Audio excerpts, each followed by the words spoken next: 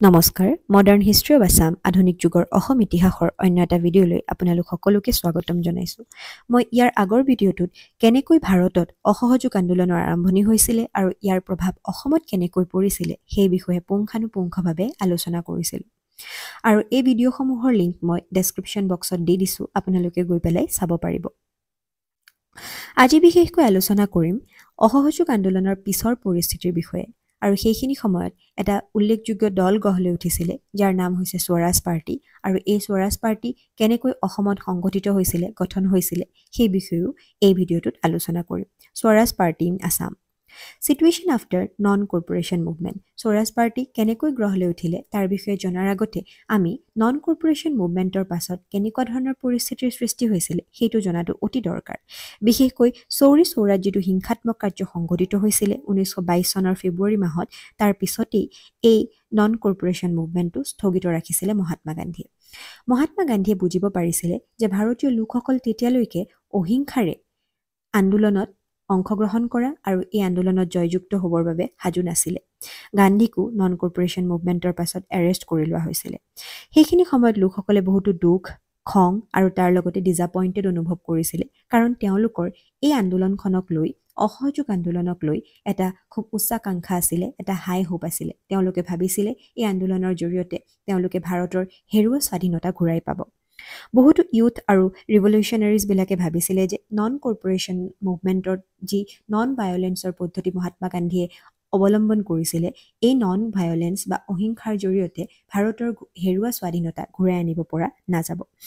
কংগ্ৰেছৰ ভিতৰতে সেইখিনি সময়ত বিভিন্ন ধৰণৰ মতানৈক্য দেখিবলৈ পোৱা গৈছিল আৰু এই মতানৈক্যৰ ওপৰত ভিত্তি কৰি পেলাই কংগ্ৰেছৰ নেতাসকল দুটা ভাগত বিভক্ত হৈ পৰিছিলে কিছু সংখ্যকক কোৱা হয় প্ৰ চেঞ্জাৰ্ছ যিসকলে লেজিসলেটিভ কাউন্সিলত অংশগ্ৰহণ কৰিব বিচাৰিছিলে আৰু তাৰ সোমাই পেলাই তেওঁলোকে তাৰ জৰিয়তে ভাৰতত কিছুমান পজিটিভ চেঞ্জ আনিব বিচাৰিছিলে আৰু কিছুমান আছিলে নো চেঞ্জাৰ্ছ যিসকলে এনেকুৱা ধৰণৰ কোনো কাৰ্যতে অংশগ্ৰহণ কৰিব বিচৰা নাছিলে য'ত ব্ৰিটিছ জড়িত আছে আৰু তেওঁলোকে ভাবিছিলে যে কনষ্ট্ৰাক্টিভ ৱৰ্ক যেনেকৈ প্ৰমোটিং খাদী স্পিনিং যত্ৰত সূতা কটা এডুকেশ্যন বা শিক্ষা হিন্দু মুছলিমসকলৰ যি ঐক্যতা বা ইউনিটি সেই ইউনিটিৰ দৰে কিছুমান কামৰ কনষ্ট্ৰাক্টিভ ৱৰ্কৰ জৰিয়তে তেওঁলোকে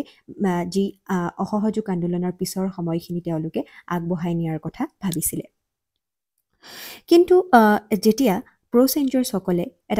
প্ৰ'চেঞ্জাৰ্ছসকলে যেতিয়া তেওঁলোকৰ প্ৰস্তাৱ উত্থাপন কৰিলে লেজিসলেটিভ কাউন্সিলত এণ্টাৰ কৰাৰ তেতিয়া সেই কথাটো নেশ্যনেল কংগ্ৰেছৰ নেতাসকলে ইমান বেছি গুৰুত্ব সহকাৰে লোৱা নাছিলে আৰু সেয়েহে তেওঁলোকে 1923 চনত এটা পৃথকভাৱে পাৰ্টি গঠন কৰিলে যিটোৰ নাম আছিলে স্বৰাজ পাৰ্টি আৰু মহাত্মা গান্ধীয়ে পিছলৈ এই পাৰ্টিটোক ইণ্ডিয়ান নেশ্যনেল কংগ্ৰেছৰ এটা পাৰ্ট হিচাপে স্বীকৃতি দিয়ে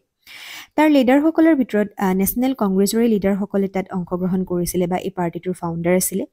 স্বৰাজ শব্দৰ অৰ্থ হৈছে ছেল্ফ ৰুল তেওঁলোকে ভাৰতত স্বৰাজ অৰ্থাৎ ছেল্ফ ৰুল ঘূৰাই আনিব বিচাৰিছিলে কনষ্টিটিউশ্যনেল মিনছৰ জৰিয়তে ইয়াৰ ফাউণ্ডাৰ আছিলে মতিলাল নেহেৰু চিত্তৰঞ্জন দাস আৰু H.S. মল্লিক আৰু C.R. দাস ইয়াৰ প্ৰেছিডেণ্ট আছিলে আৰু মতিলাল নেহেৰু আছিলে ছেক্ৰেটাৰী সেইখিনি সময়ত অসমতো এই স্বৰাজ পাৰ্টি গঢ় লৈ উঠিছিলে অসমত কংগ্ৰেছ দুটা ভাগত বিভক্ত হৈছিলে প্ৰ চেঞ্জাৰ্ছ আৰু নো চেঞ্জাৰ্ছ প্ৰমিনেণ্ট লিডাৰসকলৰ ভিতৰত আছিলে প্ৰ চেঞ্জাৰৰ তৰুণৰাম ফুকন ৰোহিণী কুমাৰ চৌধুৰী আৰু গোপীনাথ বৰদলৈ আৰু নো চেঞ্জাৰৰ প্ৰমিনেণ্ট লিডাৰবিলাকৰ ভিতৰত আছিলে নবীন চন্দ্ৰ বৰদলৈ কুলেধৰ চলিহা ইত্যাদি অসমতো প্ৰভিন্সিয়েল স্বৰাজ পাৰ্টি গঢ়ি তোলা হয় 1923 চনত আৰু তৰুণৰাম ফুকন ইয়াৰ প্ৰেছিডেণ্ট আছিলে ৰোহিণী কুমাৰ চৌধুৰী আছিলে ছেক্ৰেটাৰী আৰু গোপীনাথ বৰদলৈক এছিষ্টেণ্ট ছেক্ৰেটাৰী হিচাপে নিযুক্তি দিয়া হয় অবজেক্টিভ আছিলে মূলতঃ লেজিসলেটিভ কাউন্সিলত এণ্টাৰ কৰা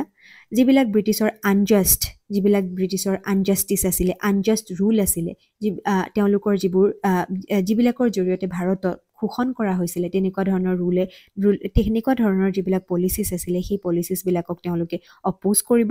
ছেল্ফ গভৰ্ণমেণ্টৰ ডিমাণ্ড ৰাখিব এইবোৰ আছিলে তেওঁলোকৰ অবজেক্টিভ আৰু 1923 চনত যিটো ইলেকশ্যন হৈছিলে সেই ইলেকশ্যনতো তেওঁলোকে এটা খুব ভাল ফলাফল দেখুৱাইছিলে আৰু 14খন আসন দখল কৰিবৰ কাৰণে অসমত সক্ষম হৈছিলে তেওঁলোকে যিবিলাক ৰিপ্ৰেছিভ ল আছিলে কাউন্সিলৰ তাকো ষ্ট্ৰংলি অপ'জ কৰিছিলে আৰু এই স্বৰাজ পাৰ্টিয়ে মডাৰেট আৰু ৰেডিকেল নেশ্যনেলিষ্টসকলক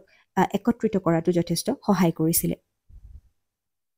কিন্তু 1925 চনত যেতিয়া C.R. দাসৰ মৃত্যু হয় তাৰ লগে লগে স্বৰাজ পাৰ্টিৰ যিটো গাঁথনি আছিলে সেই গাঁথনিটো যথেষ্ট দুৰ্বল হৈ পৰে উইক হৈ পৰে আৰু কেন্দ্ৰত যেতিয়া স্বৰাজ পাৰ্টিক দুৰ্বল হৈ পৰে তাৰ লগে লগে অসমতো এই পাৰ্টিৰ যি গৰিমা আছিলে সেই গৰিমা তেওঁলোকে হেৰুৱাবলৈ আৰম্ভ কৰে আৰু 1920 চনৰ শেষৰ ফালৰ 1920 দশকৰ শেষৰ ফাললৈ লাহে লাহে স্বৰাজ পাৰ্টি সম্পূৰ্ণৰূপে তেওঁলোকৰ যি পাৱাৰ আছিলে ষ্ট্ৰেংথ আছিলে সেই ষ্ট্ৰেংথ স্বৰাজ পাৰ্টিয়ে হেৰুৱাই পেলায় কনক্লুজন স্বৰাজ পাৰ্টি এটা যথেষ্ট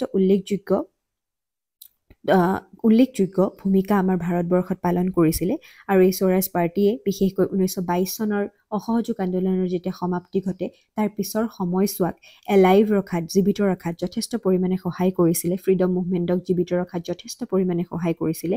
আৰু